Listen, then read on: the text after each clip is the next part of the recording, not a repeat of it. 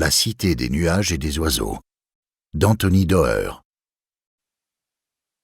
Zéno. Rachel soulève le dessus du sarcophage en faisant semblant de peiner.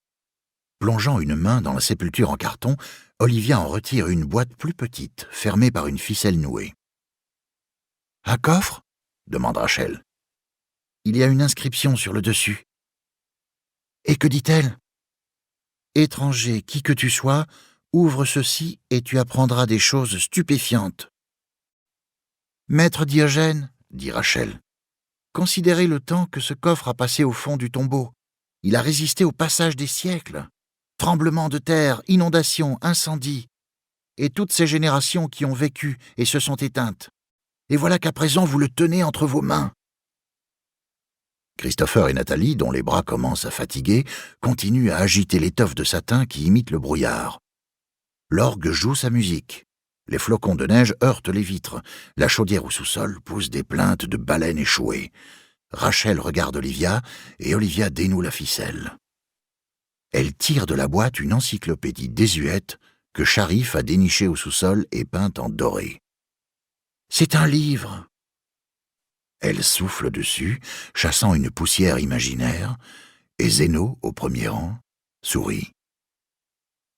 « Est-ce que ce livre explique, » demande Rachel, « comment quelqu'un a pu être homme pendant 80 ans, âne pour une année, loup de mer pour une autre, et enfin corbeau ? Voyons ça. » Olivia ouvre l'encyclopédie et l'installe sur le lutrin dressé devant la toile de fond. Nathalie et Christopher laissent tomber le voile de satin. Rachel enlève les fausses tombes et Olivia retire le sarcophage, tandis qu'Alex S., 1,35 m et des cheveux dorés pareils à la crinière d'un lion, rejoint le centre de la scène, une houlette de berger à la main et un peignoir beige enfilé par-dessus son short de gymnastique. Zéno se penche en avant sur sa chaise. Sa douleur à la hanche, les bourdonnements dans son oreille gauche, les 86 années qu'il a passées sur Terre, le nombre quasi infini de décisions qui l'ont conduit jusqu'à cet instant, tout cela s'évanouit. Alex se tient seul dans la lumière du projecteur, et quand son regard se promène au-delà des rangées de sièges vides, on ne croirait jamais qu'il contemple le premier étage d'une bibliothèque d'Hécatie dans une petite ville de l'Idaho. On jurerait qu'il a sous les yeux les vertes collines ceignant l'antique royaume de Tyr. Sa voix est douce et un peu aiguë. « Je suis Aeton, simple berger d'Arcadie, et l'histoire que je vais vous conter est si absurde, si invraisemblable, que vous n'allez pas en croire un traître mot. Et pourtant elle est bien vraie.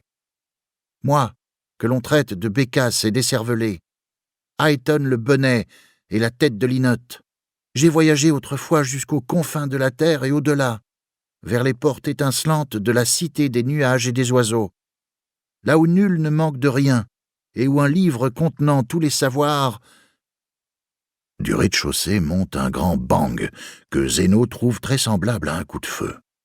Rachel lâche une de ses tombes en carton. Olivia tressaille. Christopher se baisse brusquement. La musique continue de jouer. Les nuages se tordent au bout de leur fil. La main de Nathalie reste suspendue au-dessus du clavier. Un deuxième bang se répercute à travers le plancher, et la peur, tel un long doigt noir, se déplace dans la salle pour venir toucher Zéno sur sa chaise. Sous le faisceau du projecteur, Alex se mord la lèvre inférieure et coule un regard vers le vieil homme.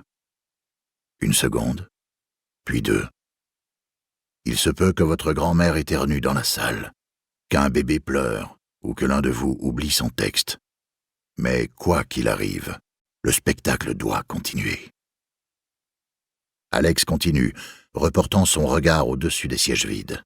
« Mais d'abord, commençons par le commencement. » Nathalie change de musique. Christopher fait passer l'éclairage du blanc au vert, et Rachel monte sur scène en portant 3 moutons en carton.